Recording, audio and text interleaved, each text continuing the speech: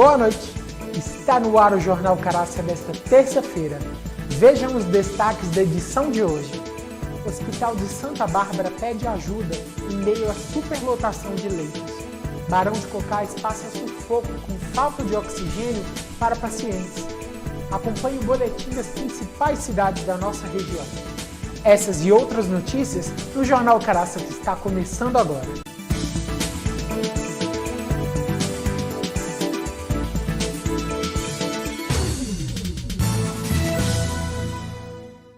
Nesse período tão difícil que enfrentamos, o Hospital Santa Casa Nossa Senhora das Mercês, aqui em Santa Bárbara, pede ajuda de todos. Em meio à superlotação, aumento de gasto de insumos hospitalares, por meio de nota divulgada hoje, a Santa Casa pediu ajuda em doações.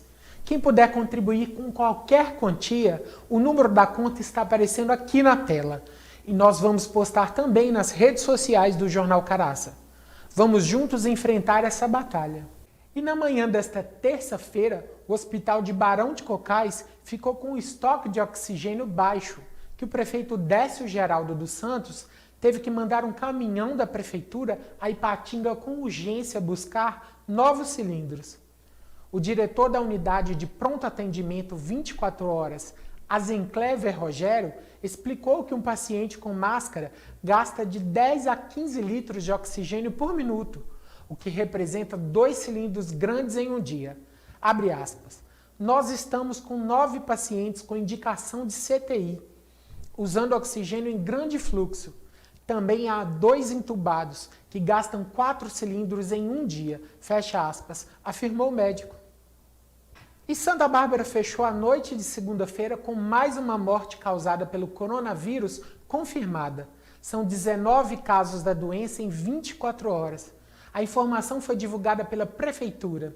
Agora são 18 mortes registradas na cidade. E trata-se de um óbito que estava em investigação, aguardando o resultado de exames. O município agora tem um total de 305 pacientes em tratamento por Covid-19. Sendo 206 em isolamento domiciliar, 2 na Santa Casa de Nossa Senhora das Mercês e 17 internados fora do município. Desde o início da pandemia, há um ano, a cidade já contabiliza 1.602 casos confirmados de Covid. A cidade de Catas Altas também teve mais um óbito confirmado, no boletim divulgado ontem pela prefeitura. Ao todo, são 269 casos confirmados desde março de 2020. 127 são assintomáticos e 142 sintomáticos. 39 casos estão em investigação, 4 óbitos. Em Barão de Cocais, teve 49 casos em 24 horas. 2.137 pessoas desde o início da pandemia. 17 pessoas estão hospitalizadas no município, 9 fora da cidade. São 20 óbitos e 100% dos leitos de UTI em Itabira estão ocupados e 85% das enfermarias também. Nesta manhã, o governo de Minas realizou uma coletiva para falar sobre a classificação da onda roxa para todo o estado. O governador do estado, Romeu Zema, confirmou na noite de ontem a notícia de que todo o estado está classificado a partir desta quarta-feira na onda roxa do Plano Minas Consciente. Hoje pela manhã, Romeu Zema e o atual secretário de Saúde do estado, Fábio Baquerete, cederam uma entrevista coletiva. Durante a coletiva, Zema falou sobre o trabalho desenvolvido pelo governo do estado durante a pandemia. O governador também falou sobre o aumento dos casos nas últimas semanas. Nesse período de um ano, eu quero salientar aqui, nós estruturamos por completo o setor de saúde do estado. Passamos de 2.000 para 4.000 leitos de UTIs. Leitos de enfermaria eram 10.000, hoje são 20.000 leitos. Compramos respiradores e ampliamos o número de profissionais de saúde.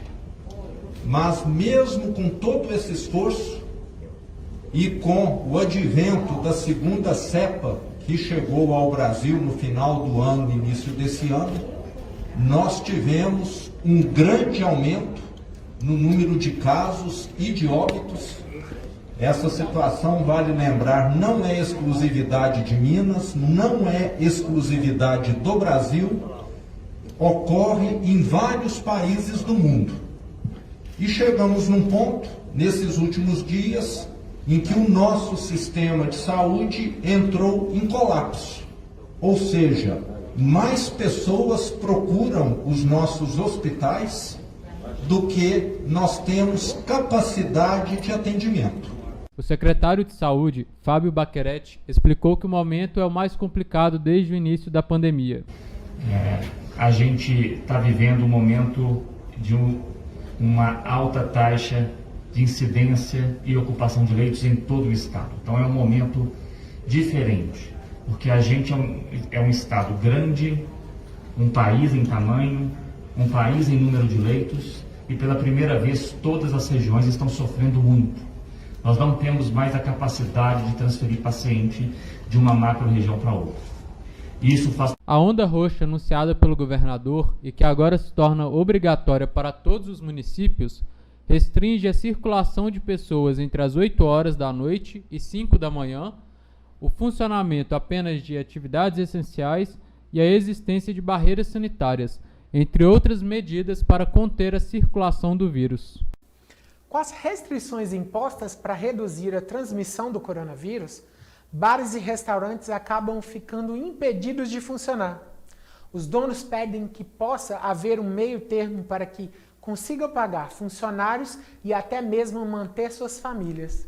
Nós conversamos com o Lucas, que é proprietário, de um bar e restaurante aqui nos arredores de Santa Bárbara, e ele contou um pouco sobre como está sendo não poder funcionar por conta das medidas restritivas que são impostas aí pela onda roxa. Ele também falou que apesar de seguir as regras, com distanciamento entre as mesas e os clientes e o uso do álcool em gel, infelizmente eles estão sendo fiscalizados, ao contrário de outras pessoas, outros estabelecimentos que estão sendo deixados funcionar, inclusive com um número maior de pessoas do que o permitido. Acompanhe aí a conversa que a gente teve com ele. Domingo, eu recebi aqui no meu estabelecimento, 4 fiscais da prefeitura do Covid e 2 policiais militares. Nesse momento, como eu já havia dito, eu estava defendendo meu direito constitucional ao trabalho e garantindo a sobrevivência da minha família, porque o decreto atual, ele manda fechar, mas em contrapartida ele não fala em nada de recurso, e o que eu tenho, eu sobrevivo, é daqui. Infelizmente não tem como eu simplesmente fechar e ficar em casa e passar fome, passar necessidade, deixar meus funcionários com pagamento atrasado, fazê-los também passar por necessidade. Então eu estava recebendo 3 amigos aqui, que estavam fazendo uma refeição, e nesse momento eu fui abordado pelas fiscais que vieram embasadas no decreto, e inicialmente eu citei para elas que a minha propriedade é uma propriedade privada, que é o direito constitucional meu, que eu tenho direito à propriedade, e no momento que eles adentraram, eles estavam invadindo. Então ela me alegou que não, porque segundo ela o decreto é superior, assim, entre aspas, à Constituição, e eles não estariam invadindo porque eles têm o direito de entrar em propriedade privada. Aí, a partir desse momento nós começamos uma discussão a respeito desse assunto, e de todas as formas que eu tentei fazer a minha defesa naquele momento, elas foram resolutas, até que em um momento a chefe das fiscais que veio, ela me ameaçou de uma intervenção por parte da polícia e me ameaçou de uma possível voz de prisão.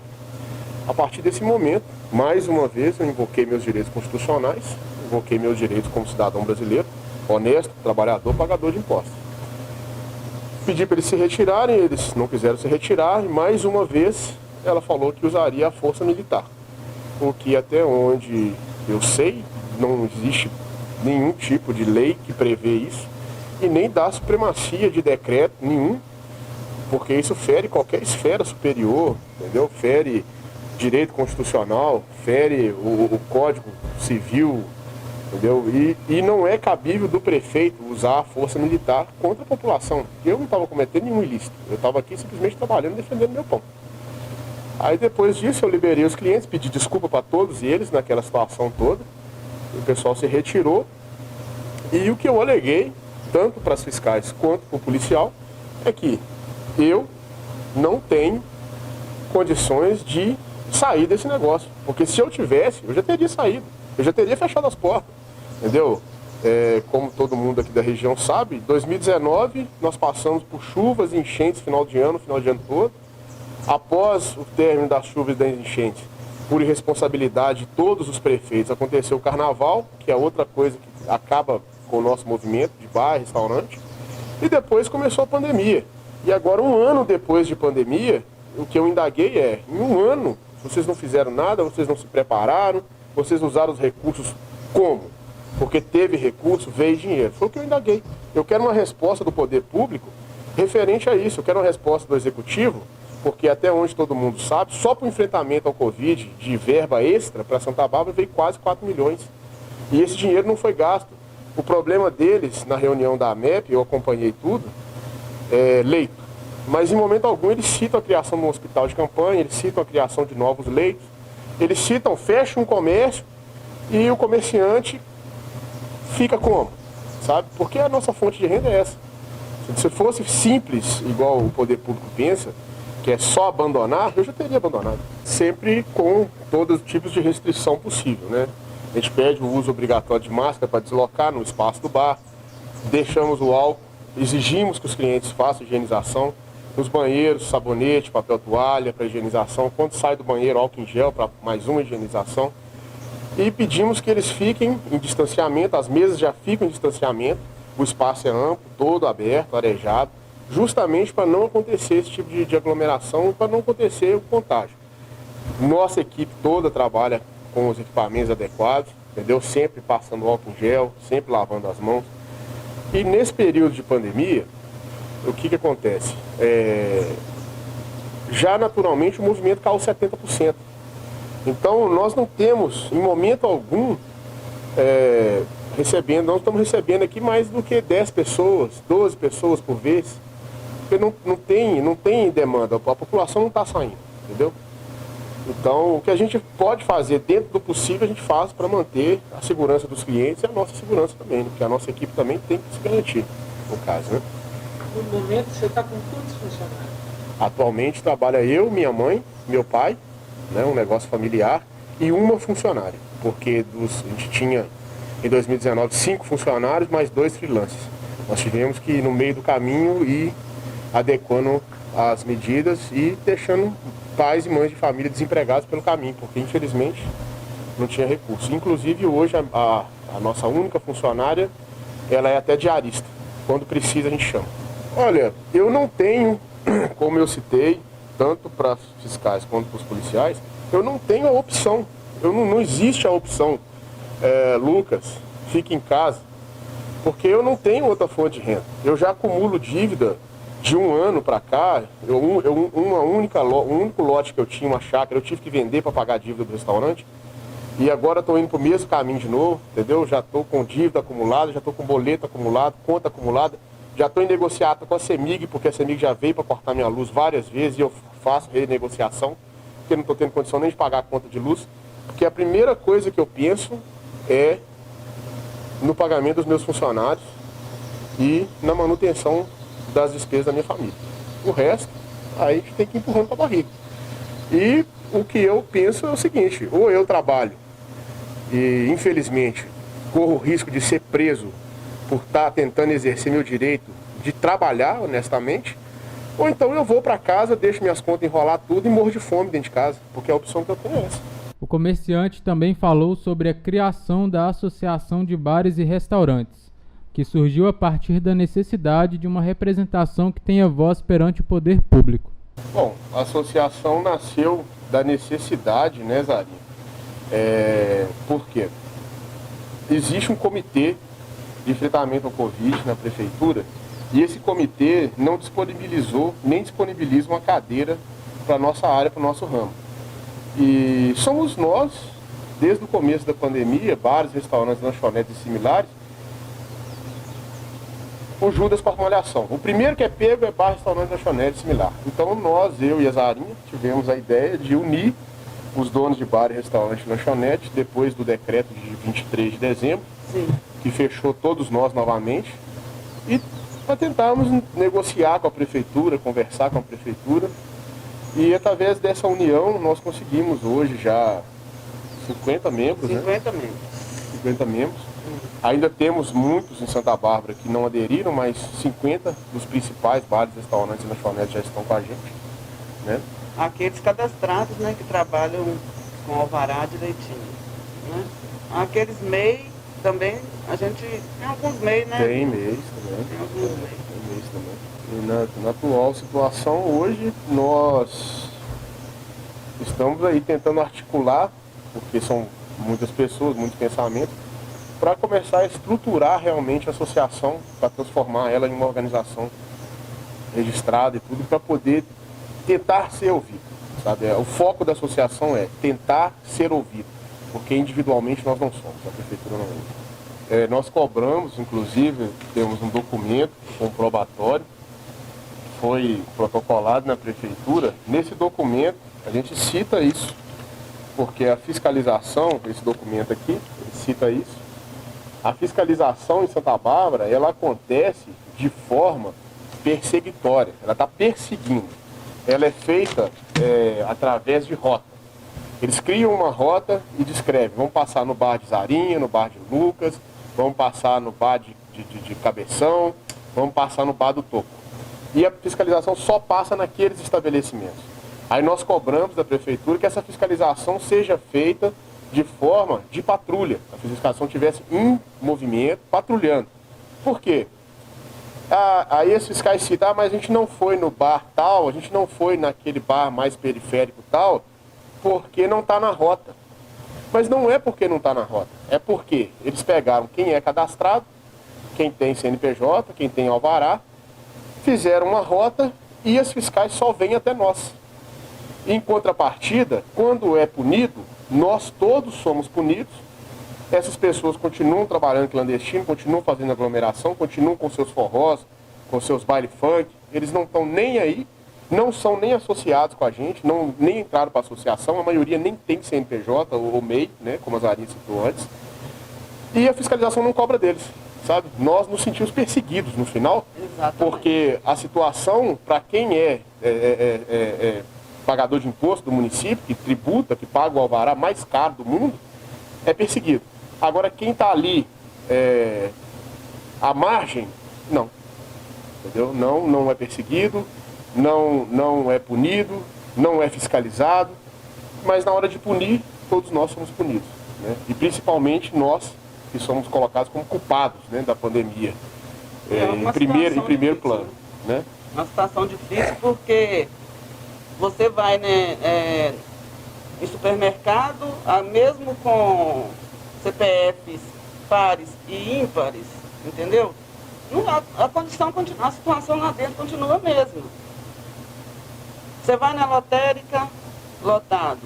E esses bares de canto, como o Lucas citou, tá tendo aglomeração de todo jeito, entendeu? Por que que eles fiscalizam Lucas? Por que que eles fiscalizam outras pessoas? Eu fui uma vez só, entendeu? Mas assim, por que que eles não vão em outros bairros distantes? Teve uma briga aí para fechar rios, cachoeira, fechou. Mas os bares de Galego, de Conceição do Riacima, tudo abrindo. Por quê? A fiscalização vai lá? Não vai. Enquanto no Cuba, eles estão fazendo tocaia para pegar donos de Pesque-Pague lá. Ontem nós tivemos uma reunião aqui, nós tivemos esse relato. Aconteceu essa denúncia de um proprietário de um Pesque-Pague no Cubas. Ele relatou que não estava em casa, mas aí a irmã dele observou, as fiscais ficaram na porteira dele com 2 viaturas de tucaia, esperando alguém abrir a porteira para eles adentrarem, sabe? Então, assim, é uma situação complicada, porque a partir do momento que eles estão fazendo tucaia para pegar aquele estabelecimento, aquele comerciante, isso para mim é perseguição, Isso para mim é perseguição. E outra questão, a partir do momento que eu abrir a minha porteira, se eu estiver entrando ou saindo, e a fiscal adentrar, mesmo com a polícia, para mim aquilo é invasão. Porque o direito constitucional fala que isso é invasão de propriedade. Sendo em tempos de pandemia ou não, o que eu citei, o que eu falei e o que eu exaltei. Não existe mais Constituição nesse país porque estamos em pandemia. Porque não existe mais direito. Então, se Zarinha está com a porta fechada e ela abrir a porta para sair, a fiscal pode chegar, empurrar a Zarinha e adentrar. Não existe isso. E o que está acontecendo na nossa região é isso. Infelizmente, medidas que foram tomadas totalmente incabíveis, sabe? Um decreto que a gente até fez questão de fazer uma análise dele ontem na reunião, nós fizemos uma reunião ontem aqui, um decreto aqui, irmãos, totalmente confuso, totalmente dislexo. O decreto fala uma coisa no princípio, fala outra no meio, fala outra no final. Não existe entendimento, sabe? O prefeito coloca toque de recolher a partir das 20 horas até as 5 da manhã, mas libera delivery para funcionar sem limitação por 24 horas. Libera a gente para fazer delivery até as 22, né? Mas libera os motoqueiros para continuar fazendo entrega por 24 horas. Mesmo para entregar para quem?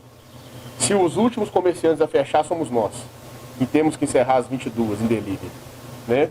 E outra questão que a gente pega muito é a questão da aglomeração que as mineradoras promovem, sabe? A questão deles não serem fiscalizados, a mineração não é fiscalizada. Existe aglomeração, os ônibus saem da cidade cheios, estão aglomerando nas ruas, nos pontos de ônibus. Nós temos, inclusive, várias fotos no nosso grupo da associação. Agora mesmo, vindo para cá, a gente... Acabamos de flagrar na porta da Secretaria de Cultura. Entendeu? Uma aglomeração gigante de pessoas com envelope na mão. Defendo, sim, o direito deles de trabalharem também. Mas está aglomerado na porta da Prefeitura, na porta da Secretaria de Meio Ambiente, de Cultura, desculpa. E não tem nenhum fiscal lá controlando. Cadê o fiscal para controlar aquela aglomeração? Agora, se eu abro a minha porteira, ele chega aqui com a polícia falando que vai me prender. Esse é que é o problema, né, Zarinho? Esse é que é o problema. E a mineração, no que ficou instituído pelo governo federal, no plano de serviços essenciais, é só a cava e o transporte. Aqui na nossa região nós estamos tendo expansão de todas as minas, construção de novas barragens. Isso está proibido. Isso está proibido. Agora, os prefeitos não notificaram a Vale, não notificaram a Anglo Gold, não notificaram a Senibra, notificam a gente o tempo inteiro. A culpa é do comércio. Porque a corda arrebenta sempre do lado mais fraco, né, Zé? E o mais fraco nessa história somos nós, comércio. Porque a mineradora, se eles chegarem lá, nem ouvidos eles não vão ser, nem atendidos eles não vão ser. Porque eles sabem disso, então eles nem procuram. Né, infelizmente. A reportagem que acabamos de exibir foi gravada hoje pela manhã. E agora há pouco, nós recebemos um vídeo do Lucas informando que, por conta da situação, decidiu encerrar as atividades do estabelecimento. Assista ao vídeo enviado por ele. Boa tarde a todos os nossos amigos, clientes e colaboradores. Eu sou o Lucão, dono aqui do Rancho do Vale. Eu fiz um vídeo falando sobre a questão da pandemia, a questão do lockdown, do fechamento.